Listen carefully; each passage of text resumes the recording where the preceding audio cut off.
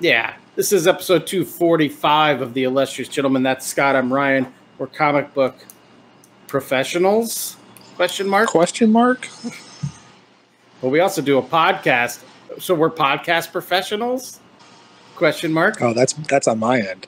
Yeah, someone's sawing metal. Yeah, my neighbor's getting his roof retiled. Always an adventure here on The Illustrious Gentleman. It's like, it's just creating the world that we're living in right now, setting the environment. So you're drinking a bubbly.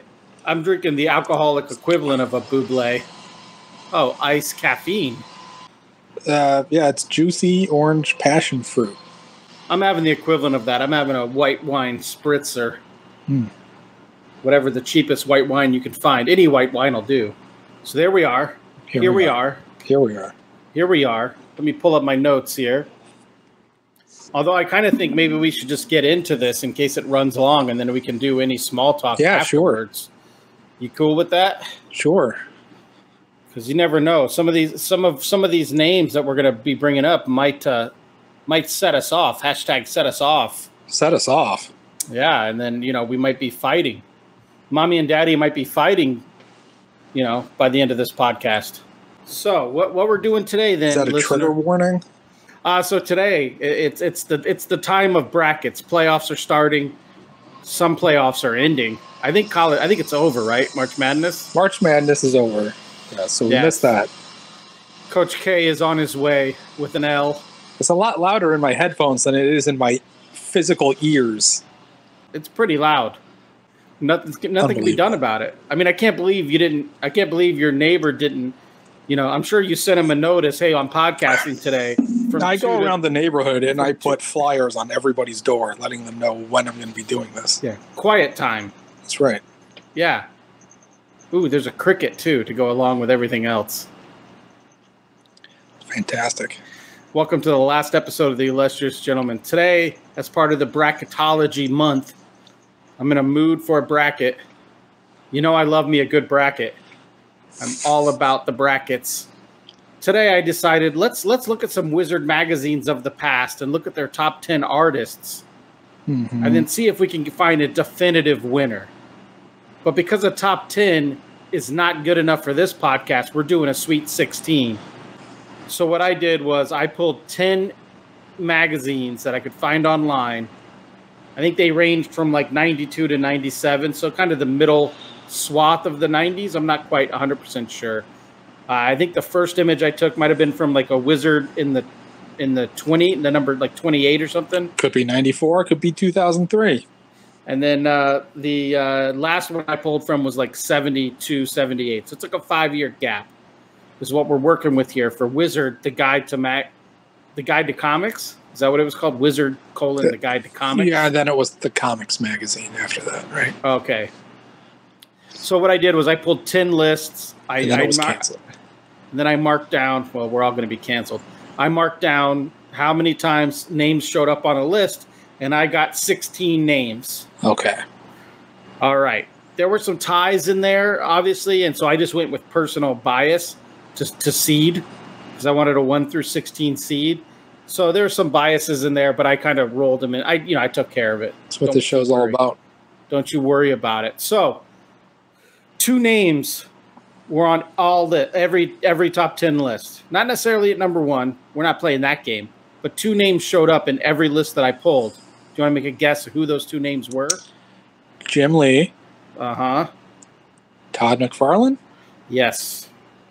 So our number 1 seed is Todd McFarlane coming out of California or Canada somewhere. Canada.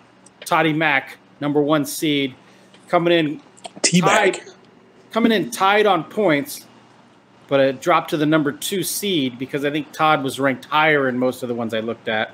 Unbelievably, is Jim Lee. Number 3, Joe Quesada, a darling of Wizard Mag. You got to keep in mind, some of these dudes are Wizard Magazine darlings. We're going to come to a couple of those. So number 3 seed, Joey Q. Number 4 seed, J. Scott Campbell, the guy with 3 first names. Okay. Number 5 seed, Mark Silvestri. The best of the best. Number 6 seed, Andy Kubert. Oh, wow. Number 7 seed, Joe Madureira. Number 8 seed, Greg Capullo. Or Capullo. I don't know. Number 9 seed, Adam Kubert. I would have guessed they would have been flip-flopped. That's what you get. You don't know. Andy Kubert showed up 6 times. Adam Kubert showed up 5 times. Also showing up 5 times, but number 2 in my heart, Bart Sears. I think we can all guess how Bart Sears got on this list. Not that Bart Sears isn't great. I mean, I learned a lot from Bart Sears on the drawing board. Yeah, I mean, he's no Greg Nordstrom. Number 11. Or Craig J.C. Penney. Number 11, Robert Liefeld. Coming in at one of the low spots at number 11. Unbelievably. He took a hiatus, though, if you remember, between Youngblood 3. It's a dark horse. Youngblood 6, yeah. He took a little sabbatical, so he came in a little late at number 11 seed. Number 12th seed, we got a painter. We got Alex Ross, guy who paints. Number 13 seed, Chris. Very specific moment in time. That's right. Number 13, Chris Bocciolo. I'm told it's pronounced Bocciolo, not Bacalo. Chris Bocciolo at number 13. Number 14, Sam Keith. Ooh. Pulling it way out the bottom of the shoebox in the closet. Sam Keith, number 14. Number 15, Dale Keown. Heavy metal rocker, Dale Keown himself. Pitmaster. The best barbecuer we've ever had on this podcast. Another Dale Canadian. That's right. Dale Keown on number 15. And number 16, rounding out the field, Carlos Pacheco. Riding high on Avengers Forever, I was going to say. Point. Yes. So what we're going to do is I bracketed these dudes in a Sweet 16 style bracket. We're going to break it down, and we're going to find our perfect Wizard Magazine top artist of the 90s, at least using the criteria of 10 random polls that I chose. But I have a question for you. Should we judge these based on how we feel about these people now or how we felt about them in 1997? I don't know. I mean, as my memory being as shit as it is, I can really only go with what I feel now. Okay. All right. What do you think would be most fun? Well, why don't we play it? Why don't we go off of it as we hit each matchup? We'll talk about it, like how we think they would favor. So let's start with the number 1 versus the number 16. It's just Toddy McFarlane against Carlos Pacheco. It's funny because, and by the way, all of these artists are way better than me. So we're not going to talk smack about any of these guys because I'll never make a Wizard top 10 list of anything. So I'm not talking shit about anything. I loved Carlos Pacheco's Avengers Forever and his X-Men stuff. I was a huge fan of Carlos at that time. Yes, I know him from his Flash run. I didn't even know he which had I Flash enjoyed run. very much. All right, well, he's up against the juggernaut, Todd McFarlane. You know, maybe I'm wrong. Maybe Carlos didn't have a run on the Flash. Or, you know what? Fuck, I don't remember. Yeah, I don't know if he did or not. Maybe he did. I think I'm getting him confused with Oscar Jimenez. But Todd, I'm all confused now. I always liked Todd with the energy he brought and the excitement he brought to comics. But when I think about the Spawn comics, they don't hold any, I don't have any affinity for them for how they were drawn. Todd's pencils and ink work doesn't do that much for me. Maybe the Torment stuff, the first 4 issues of the adjectiveless Spider-Man book that he did, I thought he was really going nuts with the artwork. I don't know much about the story. I'm not going to comment on that. But I thought that might have been some of his peak artwork. He was just going ape shit. But this is a tough one because at a different time in my life, I like both of these dudes. Yeah, I think I have to go Todd just because Spawn was such a big part of my life for like 4 years. I think I have to agree just based on overall wealth of position in the industry. But I will say it wasn't a slam dunk. No, I quite like Carlos. And I think today, if I were going to pick up a book based on those two options as artists, I would probably pick up Carlos's book. All right, so we got to say goodbye to Mr. Pacheco. All right, next matchup then is the 2 against the 15th seed. Jim Lee, former medical student, damn near doctor, current co-publisher, or maybe former co-publisher of DC Comics. Jimmy Lee against Dale Keown, who I loved his Incredible Hulk, and I enjoyed Pitt, but I really liked his Incredible Hulk run. I like Smart Hulk. I'm a fan of Smart Hulk, so he did a run with Smart Hulk, which I was a fan of. Yeah, I guess. But I mean, to me, it's a slam dunk. This is a tough field. Yeah, I don't know. I don't even want to talk about this one. Jim just moves on. Okay. I don't know. I don't have any feelings about Dale's stuff other than it was always pretty when I saw it, but I never sought it out.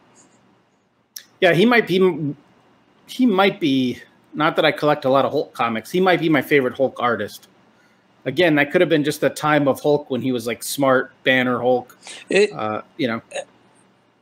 feels kind of strange because he fills that art niche of drawing these giant muscular things. He does like super hardcore anatomy and his pencil shading and shit. But despite these like gargantuan things that he was drawing, they always felt so soft. All right. Not hard enough for you. Not hard enough.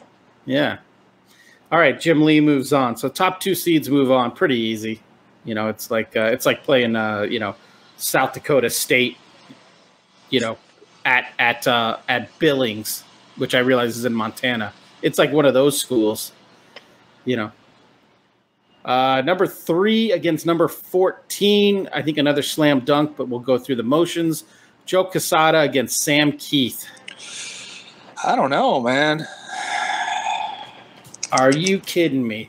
I just had this conversation at lunch. I appreciate what Sam Keith does, but I've personally never found it super appealing, even though I do own lots of Max Comics and Marvel Comics Presents that he did and shit like that. I think I would rather sit down and read a Sam Keith book than a Joe Q book. I can get the stuff that Joe does in other places. I can't get that with Sam Keith stuff. Oh, wow. I did not anticipate how we're going to break ties. Should we Rochambeau? Flip a coin or guess a number? I don't have a coin. Let's rock paper scissors it. Let's rock paper scissors it for an audio medium. You ready? Ready, let's go. 1, 2, 3. 3. Awesome. Again. Yeah, ready. Just count and go. Go. 1, 2, 3. Oh, rock beat scissors. Unbelievably. Sam Keith moves on. Wow. At some point, we're going to have a show where I ask you, who gives you what Quesada could give you? That's all I'm going to say. Let's move on. Number 4. This matchup is tough. Real tough. J. Scott Campbell, the guy with 3 first names. Well, against don't know. Campbell Scott. That's an actor. That's a first name. Sure. Yeah. If it's an actor's name, it's not a real name. Chris Bocciolo. Okay. If we're going off back in the day, I love both these dudes back in the day. Back in the day, BITD, I would have easily chosen J. Scott Campbell. Mm-hmm. But now I'm thinking like Bocciolo he's grown and is still doing interesting, really good stuff. Whereas J. Scott Campbell does a lot of incentive covers for comics. Yes, I think I probably have the same opinion about JSC as I do about Dale Keown. That it's pretty and it's nice. I don't know that I would ever buy a book based on that. All right. So our second upset. So we have 2 favorites in the books and 2 upsets in the books so far. Getting to the meat and potatoes now. This one almost feels like it doesn't even need to be done. But Mark Silvestri against Alex Ross is our next matchup. Talk to me about these 2 guys while I try to figure out what I did here. This whole thing may not end up going the way we thought it was going to go. You got to be fucking kidding me. I could make the same exact argument that I made for Sam about this one. Are you telling me you would rather pick up Marvels, an issue of Marvels, instead of Silvestri Dan An issue Green? of Cyberforce? No, X-Men. This is unbelievable. Alex Ross is pretty. Mark Silvestri is fucking top tier. God tier talent. I can get heavily rendered superhero comics other places. Dude, the world has been doing photorealistic painting for thousands of years. In comics? Why would you want a realistic depiction in comic books? That's what the fucking movies are for. We're going to have to go again. You better fucking win this. I better. 1, 2, 3, go. God damn. Oh, we tied again. Yeah, do it off camera and then show. No, then that's cheating. No, it's not. 1, 2, 3. 3, shoot. God damn it, man. 1, 2, 3. Shoot. There you go. Mark Silvestri moves on. Ooh, he's got a tough second round matchup. All right, up next, Andy Kubert against one Robert Liefeld. Now, if you ask me in the 90s, this is a runaway. Andy was a decent X-Men guy, but he was not Jim Lee. And that's he's a great artist. I really like his Predator stuff. He's a great Predator Batman stuff. But the problem is he followed Jim Lee on X-Men, which is just a fucking bummer of a gig to get. Maybe not back then because of royalties, but I gotta go. I gotta go with the upset here, just because of where in my heart Rob holds a piece. I'll agree. Ooh, yeah. So Andy Kubert, I really like that. Have you ever seen that, the Batman Predator, like 2 or 3 issue series he did? I have not read it or flipped through it or anything. Very pretty, very pretty. Which is something no one ever says about a Liefeld comic, but a Liefeld comic's got something going on. I would make the same argument, though, that I have previously. I think Rob does something that's different enough that you can't get it anywhere else. Okay. Next up, another slam dunk, at least I think, but who the fuck knows with you. Joe Mad against Bart Sears. Ooh, Brutes and Babes fan. Yeah, I don't know if I have. I think I do have his like self-published stuff when he went out on his own. He essentially made a Brutes and Babes comic. I think I have one of those, but I don't know. Oh, and he did some Eclipso.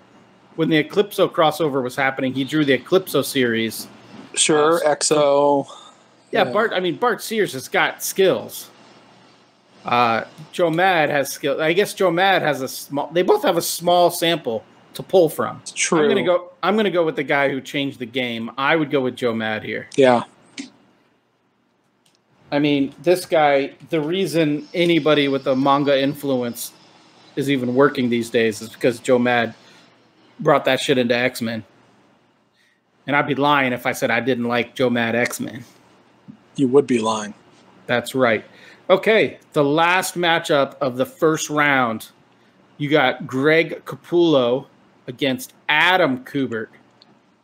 So Andy was a little more angular and Adam was a little more like his dad, right? Adam was the guy who did more like rounded, tighter figures, and Andy was more sharp. I always considered Adam to be more of a cartoonist. Okay. Really exaggerated forms and crazy facial expressions. But give me Greg. Yeah, I got to go with Greg here too. Greg Capullo, especially on X-Force. Remember a couple months ago, we pulled all those comics out. I was just drooling over his X-Force covers. Just making a mess on my sheets about Greg Capullo's X-Force covers. All right. Moving on to our Elite Eight.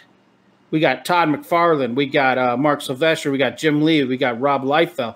We got Sam Keith against Joe Mad. We got Bacalo against Greg Capullo. So the first matchup here in the Elite Eight, tough one. Todd McFarlane against Mark Silvestri. We're going to have to fucking Rochambeau again. I mean, I'm ride or die with Mark. I mean, I have a shirt that has his name on it. I made it. Yeah, I never got into him. All right, let's do it. Off screen. Yep. One, two, three. Shoot. One, two, three. Shoot. Fuck. Yay! Fuck yes. Yes. Mark Silvestri moves on to the final four. Done. Whew. Congratulations, Mark. You earned it. Yeah, he did. I mean, it was a tough-fought battle. Went to overtime. That maybe double overtime. Who knows? All right, let's go to the opposite bracket on the other end. Let's go to Chris Bacalo against Greg Capullo. Two very hard-to-pronounce names. Both ethnic, and I don't want to mispronounce either one because I'm white. And the opposite of ethnic. I'm not just white. I'm like opposite of whatever ethnic is. Anti-ethnic? Yeah. No, I'm not anti-ethnic. I love ethnic people. Right. Right. Inverse. Yeah. All right. So let's start breaking these down when they get tough like this. Who do you think has the better overall body of work for our personal tastes? Again, we're not everybody. For our personal tastes, I think I got to go with. I mean, Chris has been on Spider-Man, Generation X, X-Men. Yeah, he has a diverse body. When Greg takes something, he's more of a commitment man. Right. Yeah. He doesn't House of Pain it. He doesn't jump around that much. But this is tough because this is tough. Both these guys are so good. Still putting out. These might be the guys on this entire list of 16 names that are still consistently putting out really good work right now. Ooh, this is tough. I'm gonna have to go with Chris Bacalo. Agreed. That was a tough one. All right, going up to our opposite corner, we have our number 2 seed against our number 2 against 11, but it is Jim Lee against Rob Liefeld, which I think the answer's obvious, but I just still want to, I want to wear my Liefeld jersey, as much as possible. But Jim Lee is the guy to advance, right? I mean, yeah. Right now, Jim's got a chip on his shoulder for not being the 1 seed. That's right. Yeah, this is a fucking blowout. This game was over in the first quarter. The Jim Lees put up like 42 in the first quarter. Yeah, I mean, Rob's fun to watch, but yeah, Rob's got that dude on his team that can do like super sweet dunks, but Jim Lee's fundamentals, his team is they're just draining threes. Yeah, left and right. They're the Spurs. All right, 3 of our final 4 are set. Up next in the weird Oklahoma region game, we have Sam Keith against Joe Madura. Come on, Scott, you can't fucking you got to be fucking kidding me. If Liefeld doesn't advance to the final 4, I don't think Sam Keith can advance to the final 4. Which I think this is where the Sam Keith ball club's weird style of play doesn't get them past the more talented opponent. Yeah, the average height of Sam Keith's team is like 6 foot, but the average height of Joe Mad's team is like 6'4". So they're just getting all the rebounds. They're doing the little things. They're boxing out. The little things you need to do. All right. This final 4 is no joke. No joke. You got Mark Silvestri, the number 5 seed. Who survived some close calls thus far. Yeah, you got Joe Mad, the number 7 seed. We got a 6 and a 7 in the final 4. We also got a number 2 in the final 4 who could have been number 1, Jim Lee. And then we have Chris Bocciolo, a number 13 seed. Ooh. St. Peter's. This tournament is fucking weird. Yeah, it's like Gonzaga before everyone knew Gonzaga. That's Chris Bocciolo. I'm just going to call him Chris because I hate saying that because I was told Except he's not all white. Gonzaga's not all white anymore. Now they're perennial contenders. They diversified, you know. All right, so our first matchup coming out of the left bracket is Mark Silvestri against Joe Mad. Let's take a minute here. What when you think about Mark Silvestri, what do you think about? Like, what jumps out to me? It's his X-Men stuff. I never read much of his Top Cow stuff past Cyberforce. I never read Witchblade or The Darkness. Yeah, that's what I see in my head. Have you read Witchblade? Did you collect? No. But you were too young for his run on X-Men. I see all the ads in Wizard magazine for Witchblade and Darkness. Okay. Does the fact that all the other Image creators say he's the best of them, does that carry any weight with you? I mean, he did beat Todd, and Todd will say Mark Silvestri is the most talented of all of them. Well, that group also includes Jim Valentino, so. Oh, hey. Oh, this is a podcast where we love all creators equally. I, for a spell, had interest in Cyberforce as a book, and I will tell you that I didn't give a shit really about the story. I didn't read any of them. I just like looking at the books. Mm-hmm. So when I would decide which one I was going to pick up, I reached for the David Finch issues before the Mark Silvestri issues.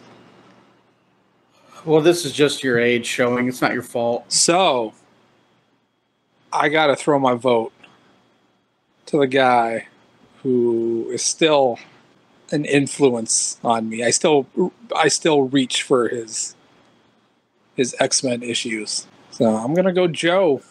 Yeah, I remember when I really liked Joe when he came on, and then as he started to really show his manga influences, which oddly enough, I was living in Japan at that time. I didn't like my manga.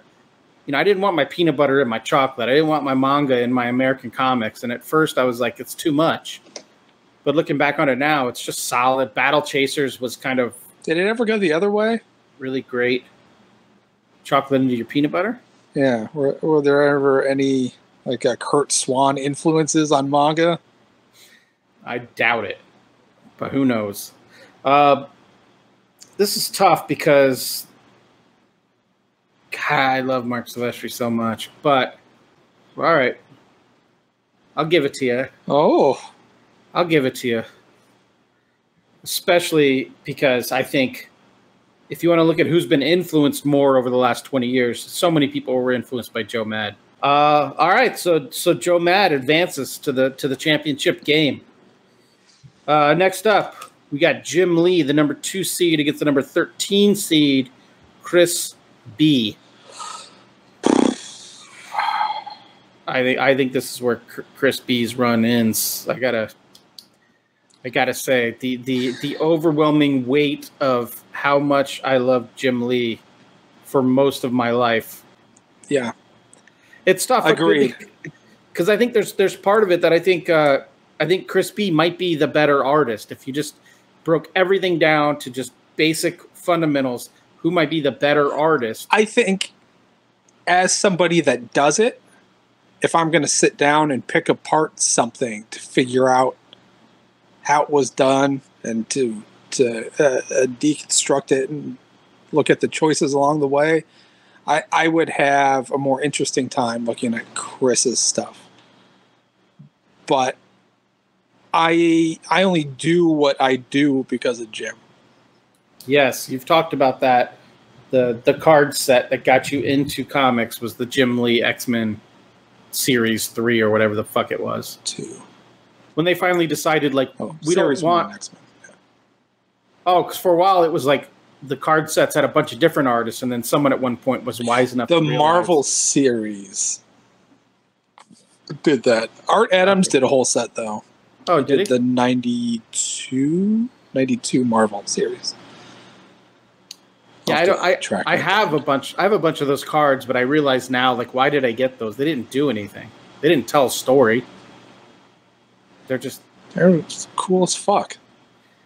Whatever. All right, so the championship match here under the bright lights at Madison Square Garden. We got Joe Madura against Jim Lee. Two guys that were, I mean, if you think about, when I think about comics and I think about my love for the X-Men, I mean, it went from like John Romita Jr. to Alan Davis to Mark Silvestri to Jim Lee to Joe Mad, and then Andy Kubert thrown in there. So 6 guys over the course of like, and there's a lot of, I'm not a John Byrne guy, but some guys are. So you go back to John Byrne. That's like 20-something years of just the best artist in the industry at that time working on X-Men. I mean, that was the point. That's phenomenal. You don't see that shit anymore. Yeah, this is going to be a tough one. So we got Battle Chasers against Wildcats because their X-Men stuff cancels each other out. Although I think Jim is a definitive X-Men guy. But then you got Battle Chasers. But then it's odd because both of the guys in the final game, they kind of expanded. Like Joe Mad went off and he's making video games. Jim Lee went off and he's running a company. You know, they're not very active anymore. Yeah, this... Are you thinking it's a slam dunk or it's difficult? No, I don't think it's difficult. Oh, okay. I know, and they've been around a not a dissimilar length of time. Maybe there's 10 years between them. Yeah, maybe 25, 35 years between. Jim's been doing it for, 10 years longer, maybe. So I don't know. I was going to make some analogy, like no, not that long. Like I think Joe's the young guy, like he's the Suns last year. Well, Joe, there's not that different. Like Jim came on with his Punisher stuff, maybe in the late 80s, 87, 88. But then by 93, Joe Mad was on X-Men. That's only 5 years. 93. Yeah, Image formed in 92. I don't think that's correct. This is the 30th anniversary of Image Comics this year. 96, maybe? 92. For Joe on X-Men. Oh, no, Joe was right after Jim. 95, maybe. No, he wasn't right after Jim. Dude, okay, we can argue about this off air. Oh, he came on to Uncanny following Junior, I think. What are you talking about? Yeah. Joe Mad never drew X-Men adjectives. Uncanny. He only drew Uncanny. Yeah, right. Right. That's what I'm saying. Right. Yeah. Whatever. Either way, no more than, let's say, 8 years difference. But also, I think Joe Mad was doing that shit when he was like 19. Yeah. Yeah. He's a savant. But the savant doesn't beat the master, I don't think. No. Yeah. It feels like the new thing. Joe's the new thing. Right. But, it's not his time yet. Right. Duke is going to beat Gonzaga 9 times out of 10. It's just not their time yet. It's like the surprise team the young team that reaches the finals. Right. And everybody says, oh, they're playing with house money, but they're not ready to win. Wichita State is not beating North Carolina. James Aloysius Lee is our big winner. So did you think it was going to go that way? Like when you're talking about this, when you see these 16 names, did Jim Lee just jump out as the overall No, favorite? I hadn't thought about it. But it doesn't surprise me that it played out that way. Yeah, I don't know why I seeded him 2. I think I just was giving respect to the Todd father. Because Jim doesn't have a nickname like that. So, that gives you a little bump. I just call him the boss. That's when I get paid, I'm like, hey, the boss paid me. That's right. He does sign the checks. Yeah, when I'm at a con, I'll just walk by Jim and be like, hey, thanks for paying me the other day. It's good. Appreciate that. We're colleagues. We're the same now. You want to go get a Whataburger? Ask him if he could leave early on Friday. You want to go to happy hour with the guys? We're all going over to TGI Fridays, man. We're all just one. We're all the same. We all get our checks signed by the same dude. You. Yeah, so there we go. That was the top 6. There's a lot of names that showed up, like ones and twosies, that were just shocking. Like some of these lists were just like Billy Tucci was on like. Oh, I'm sure. He almost made the top 16. Like I'm just sure. Weird shit. Eric Larson showed up on more writers' lists than he showed up on artists' list. Disrespect to Eric Larson. Yeah, this played out pretty much the way I thought it was going to play out. I'm shocked you chose Sam Keith over Joe Quesada. Quesada got no love, but I guess he's my guy. He's not putting us on a Wolverine book either, so we got to show love to the boss, right? Not our boss. Is Quesada still at Marvel? Like, is he still run Marvel? I don't know. I don't know either. All right, so there we go. Jim Lee, big winner. Shocker. I learned, I went to Anaheim last weekend as a fan, quote unquote fan, just walk around the show. And I realized I don't want to do that ever again. Like, I don't know. I mean, I did it in 1994 and I did it in 2022, and I think I'm done. Yeah. One time's enough. I was done we got there Thursday night. I was done with that trip by like Friday afternoon. I was like, I've seen everything. I haven't been to a show and not tabled, Jesus Christ, 15 years. Yeah, I mean, don't get me wrong. It was fun. It was a fun weekend, like hanging out at night and everything was fun. Smuggling my beers, being an outlaw, just drinking my beer, my backpack beer in the hotel lobby. That shit's fun. But I don't know if the juice was worth the squeeze. I don't know if I will do it again. My feet were fucked up for days. We're recording on Friday. I got back on Sunday. My legs just stopped hurting like 2 days ago. Like, it's just too much. Just too much. Yeah. And unless I'm going to... Yeah. It's like the incomparable Danny Glover says. Just too old for that shit. Yeah. The only way I would do it again is if I went out knowing I was going to drop a ton of money. Because if you're not willing to drop a bunch of money and you're there just to like shop and walk around, then it's like, I'm not a window shopper. That's no fun for me. So it's like, yeah, looking through like all these old portfolios and all this great original art was wonderful. But if I don't have thousands of dollars to drop on pages, then I'm just jerking my chain, as the kids say. That's what they say. Yep. So if I ever do it again, I'm walking in there with a couple $1,000s of money burning a hole in my pocket, and I don't ever see that being me. So I don't know if I would ever do it again, but I'm glad I went. I had fun. Shout out to Gonzo and Lehman for a good weekend.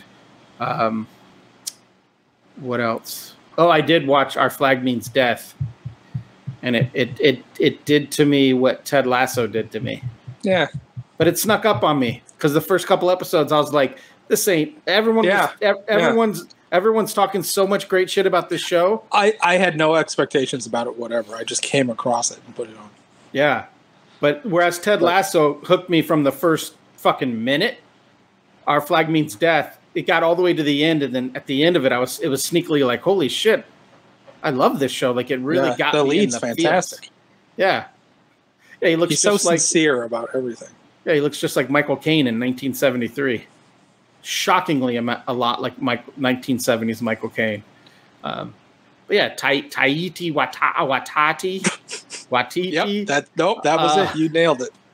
Watati, he really hit a home run on that too. Really pulls off the beard and the hair. God looks damn, the good. Beard and the hair. Yeah, it looks good.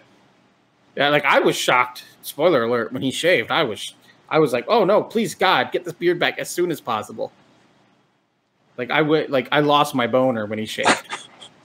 That's how upset I was. But yes, it was charming and wonderful and not too silly. Like, it stopped the silliness right before it became like a skit or too silly. Yes.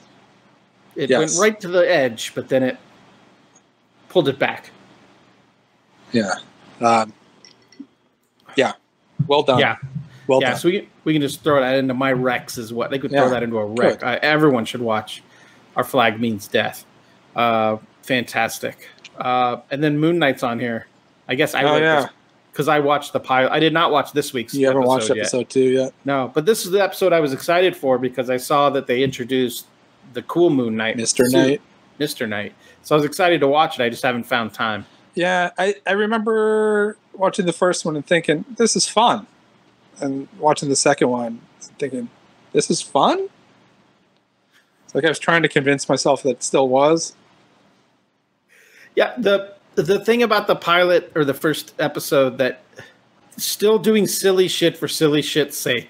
And that's what I left the pilot thinking, like, they're doing something different. They're doing something different, which I appreciate. But then they also just have silly shit for silly shit's sake. All the music drops really bothered me in the first episode. They were so just on the nose. It felt like a Zack Snyder movie. Yeah. So I was on the fence about it after the first episode, but excited to watch the rest. And maybe I'll put that on once we wrap up this fantastic program. Maybe I'll watch the second one. Just because I think it's cool. Like, I follow. We've had Declan Shalvey on the show. I follow Deck on social media, and it's just cool that his version of that character is just on screen almost perfectly as he drew it. So that's pretty neat. Yeah, my kids are into it. Like, it's weird. The 9-year-old didn't give a shit about Loki or whatever it was, but he really digs Moon Knight. Yeah, so, go figure. Yeah. Yeah, I don't know. I don't know what a 9-year-old would get out of that. Yeah, he's a giant Ethan Hawke fan, so there's that.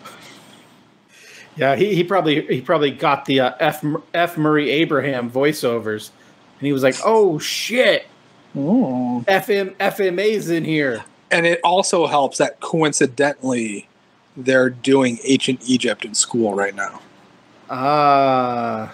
Yes. So he's gonna come home and tell you all about Khonshu. Right. And then he goes to school and tells the teacher all about Mr. Knight. Yeah.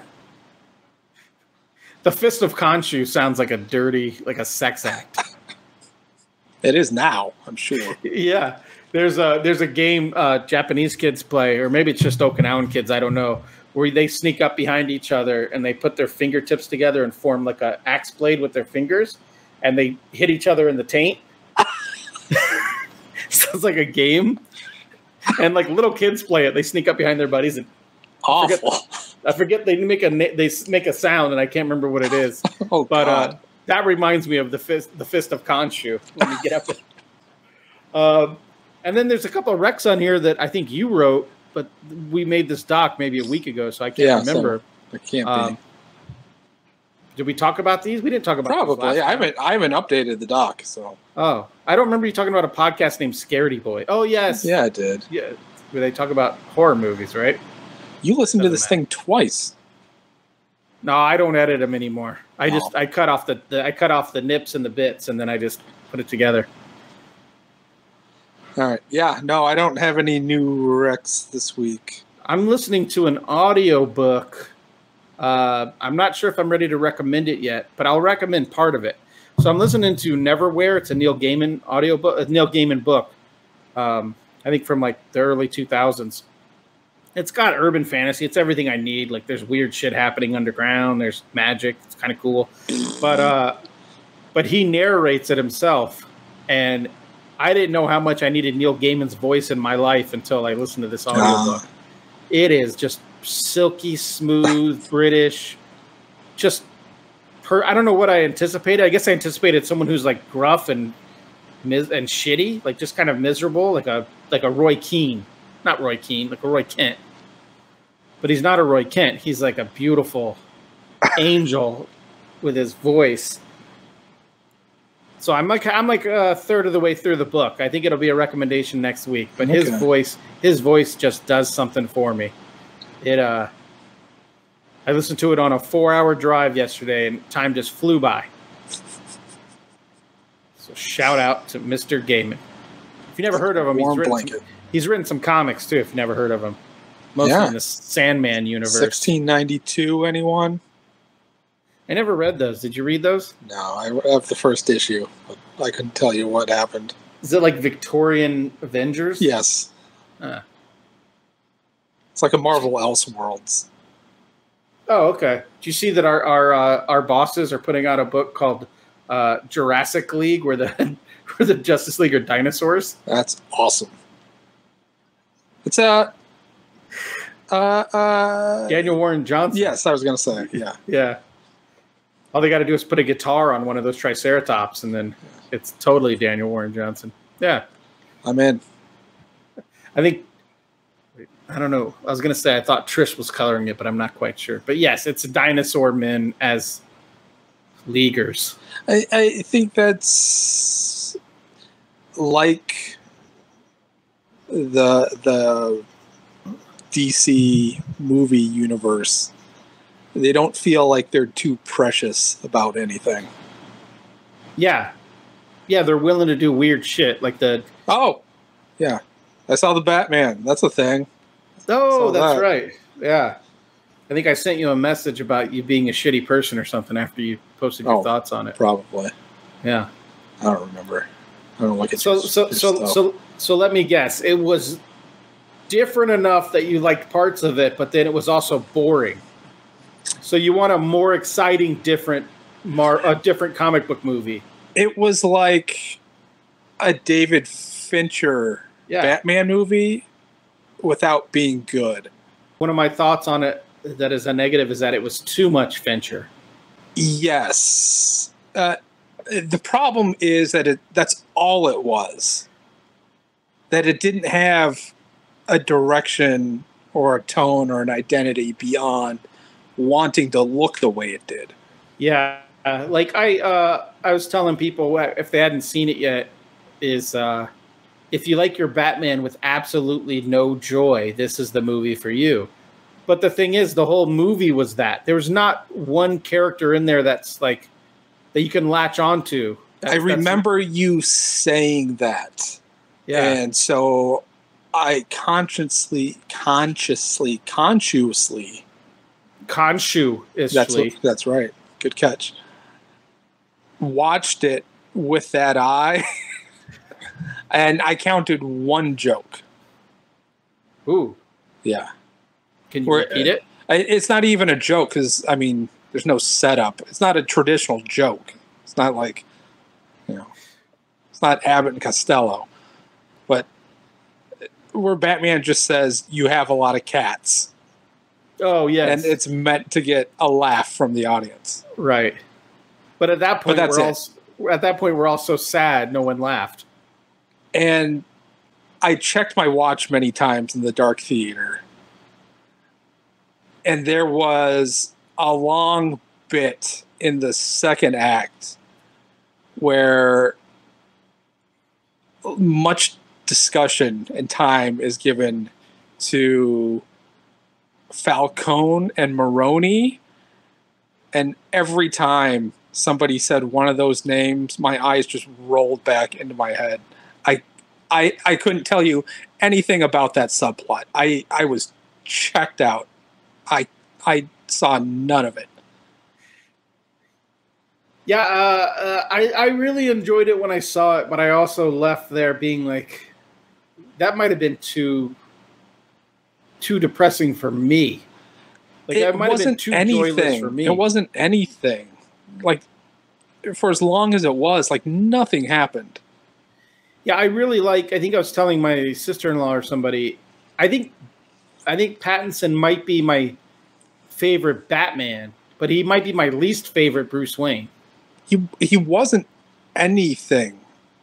I didn't get a sense of his Batman as anything at all. They start and end the movie with Rorschach-like voiceovers, and you think it's going to be that, but it doesn't push itself in one direction or the other.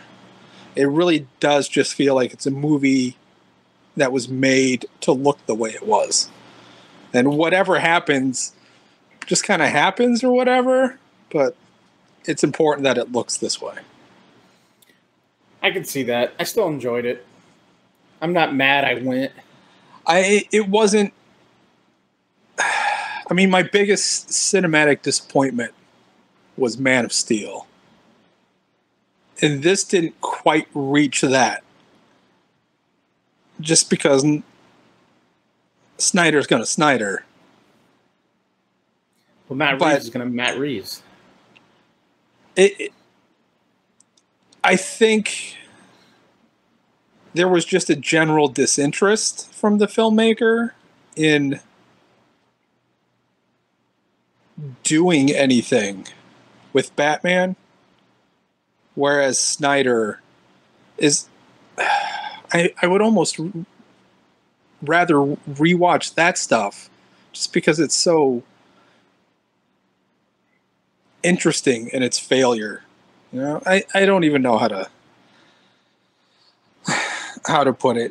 It was really disappointing. That climax just came out of nowhere and felt like a completely different movie. It was all over the place. Yeah, I don't know why these I guess I know why, because everything's ego, but just take a best-selling graphic novel and adapt it and use that as your story. Like the way they got to combine different things, and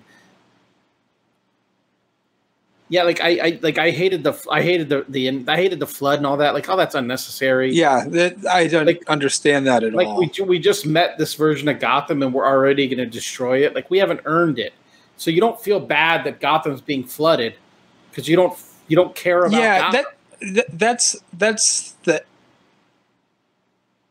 edge you walk. Right, that's the fine line you walk with something like this, where you can include Catwoman and Riddler and Penguin and whoever the fuck, because they are so ingrained in the public consciousness that we don't need an explanation anymore. So you can use whoever you want, however you want, whenever you want, and it's fine, but there has to be some context for why they are the way they are, why you're using them the way they are. And, yeah, I didn't feel anything at all watching this movie. You didn't buy the fact that just being an orphan would turn the Riddler into a psychopath? That was it. That was it, right? I don't even know if I can remember it correctly. Yeah, he's the bizarro Bruce Wayne. Yeah, like, it would have been more interesting had they really played up the one. So if you're going to have that storyline where you play up the 1% against the 99%, and you're going to talk about how Bruce Wayne is the problem because he's the 99%, he needs to be annoying ass rich Bruce Wayne, not I don't care Bruce Wayne. Yeah, do something interesting with him. I don't need the aloof playboy again. You could have him be a fucking weirdo. That's fine. You know, just anything. Because what we got was nothing. So anything would have been better. Yeah, I mean, they did pull off or they did at least focus on the fact that he's just angry and he wants to hurt things and whatever. Like, I got that vibe from him, which I get. I'm happy with. But yeah, he is one-dimensional. I know they could have pushed that harder. But he's still... I really like Andy Serkis as an actor, like as a performer too, and there wasn't enough of him. Yeah, he was surprisingly a good actor. But I guess I say that because we've only seen him as like Claw in the MCU. And he wasn't given much to work with there. Great. Yeah, he outacted Pattinson in that scene. He's weeping like a little baby. Your dad, your mom. Yeah, I didn't follow any of that stuff. That somebody got somebody to kill somebody. Get out of here. Yeah, give me the YouTube cut with 20 more minutes of the Batmobile scene. I was into that. Yeah, the Batmobile was fire. Yeah, sexy as shit. I love just the mode, like the Fast and Furious Batmobile. I'm in for that shit. All right. But the rest of it, nah. Forget it. All right. Well, maybe we should change the name of this podcast and nothing makes us happy. I'm sure there's already that podcast. Two miserable fucks. All right. Just make good stuff. It is a good movie. It's just not for us. Oh. Okay. Okay. I don't know who it's for then. It's not for Marvel heads. There's not enough action. There's not enough humor. It's not for Snyder Bros. I feel like it's genuinely or universally loved by the people in my social media circle. Why, though? Other than it's different. You know, I don't ever show the names on this feed for anyone who watches the YouTube, but I just want to let everyone know Scott's name for this episode is Wizard's Top 163rd Artist. I think you're selling yourself short. I think you can break the 150. Ooh, I'm trying. We'll take out Chris Marinon and we'll put you in. All right. Anything else? No. I put on Fury Road last night before bed and ended up watching the whole thing. Perfect. Yeah. What a perfect movie. Yeah. So if you like the car chase and the Batman and you want a lot of that and a lot better, just watch Fury Road. Yeah. I have a question for you. Should I either should I not sleep tonight, get up at 4:30 a.m. to watch Everton get raped by Man United, Whoa. Or just catch it on my DVR when I decide to wake up? The latter. But then I got to stay off my phone. See, the problem with your phone. Problem with watching European sports, man, is I got to stay off my phone. And I'm addicted to my phone. Well, how much later are you going to watch it? Couple hours. I'm not saying I got to stay off my phone all of Saturday. I'm just saying. Don't worry about it then. Yeah. But I have faith. Who cares if it gets spoiled for you before you watch it? If they lose, then you don't need to watch it. But if they win, it'll be a great watch. Right, but I like to be in the if we're going to win, I want to experience it in real time. I don't want to be spoiled. I don't know what to tell you then. I don't know why you're doing it to yourself at this point. Sorry. I'm so bummed now because we're talking about Everton, and I'm going to force myself to watch the second episode of Moon Knight.